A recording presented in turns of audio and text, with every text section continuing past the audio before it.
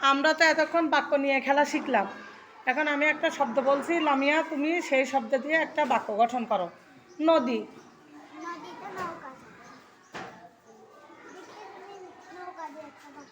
আমি নৌকাতে বাড়ি যাই। দাদিয়া তুমি একটা বাড়ি যাবে বাক্য বলো।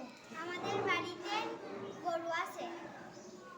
না তুমি গরু দেখতে পারো। গরু আমাদের দুধ দেয়। না তুমি একটা দুধ দে বাক্য বলো। আমরা দুধ খাই। আজি তুমি খাজাটা বাক্য বলো। আমি ফল খেতে ভালোবাসি। ফল খাজা তুমি একটা ফল দে বাক্য বলো। শীতকালে অনেক ফল পাওয়া যায়। নিম তুমি একটা বাক্য বলো। শীতকালে খেজুরের রস পাওয়া যায়। খুব সুন্দর হয়েছে, এদের সবার জন্য হাততালি।